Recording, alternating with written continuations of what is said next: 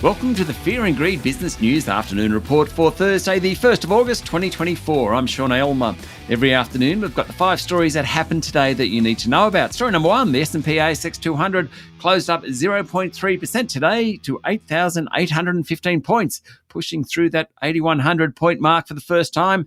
In early morning trading, the market hit as high as 8,145 points.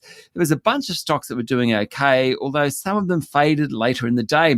The rise comes after the better than expected inflation figures yesterday. National Australia Bank ended the day down more than 1%. That was about the worst of the lot. Commonwealth Bank was off 0.7%, at least they were the worst of the large caps. It was the tech stocks and real estate investment trusts that did best. Goodman Group jumped 3.6%. Xero was up 2%. Rio, following its bumper profit yesterday, jumped 2%, while Woodside and Woolies also did well. In corporate news, Australian Indigenous leader, social advocate and lawyer Noel Pearson has joined the board of iron ore miner Fortescue as a non-executive director. Australia's competition watchdog said it won't oppose Louis Dreyfus's proposed acquisition of Nemo Cotton, despite concerns the deal could lessen competition in the supply of cotton ginning services in the north of Western Australia and the Northern Territory.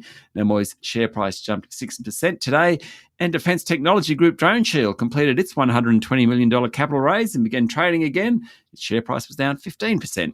Story number 2, the Federal Reserve has said it could start lowering interest rates in the world's largest economy as soon as September, after holding borrowing costs at a 23-year high for 8 meetings in a row.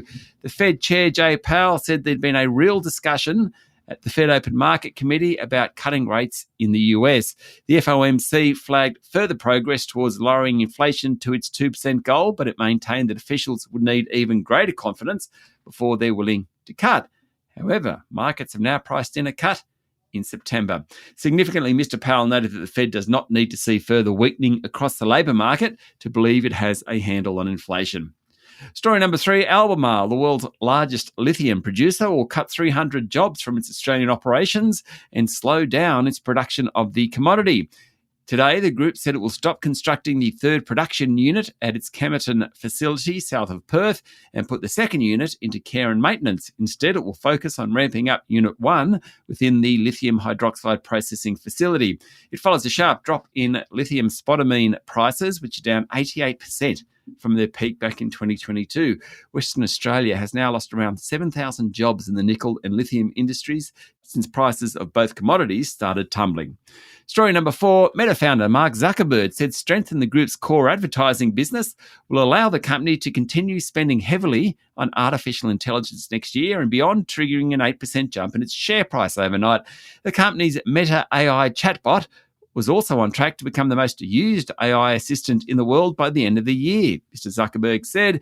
He also said that while products such as chatbots would increase engagement with Meta's platform, it would take years for the monetization of any of those things by themselves. Revenue at the social media group jumped 22% to $39 billion in the 3 months to the end of June. That was better than people had forecast. Net income at Meta, which of course includes Facebook, Instagram and WhatsApp, rose 73% to $13.5 billion.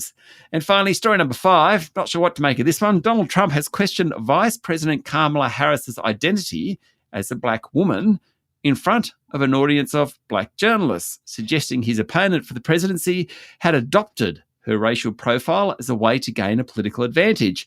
In comments that were jeered by the audience, Mr. Trump said, and I quote, "She was Indian all the way, and then all of a sudden, she made a turn and she became a black person." End of quote. Ms. Harris's mother is Indian American. Her father is Jamaican. Ms. Harris has always identified as a black woman, according to the New York Times. Now, Mr. Trump's remarks prompted gasps and jeers from the audience of the National Association of Black Journalists in Chicago.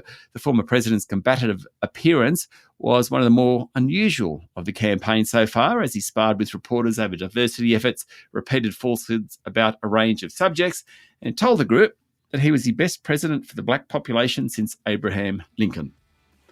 That's it for the afternoon report for Thursday, the 1st of August, 2024. Don't forget to hit follow on the podcast and find Fear and Greed on LinkedIn, Instagram, X, TikTok and Facebook. Join Michael Thompson and I tomorrow morning for the Fast 5 by Fear and Greed, the top 5 business stories you need to know in just 5 minutes. I'm Sean Aylmer. Enjoy your evening.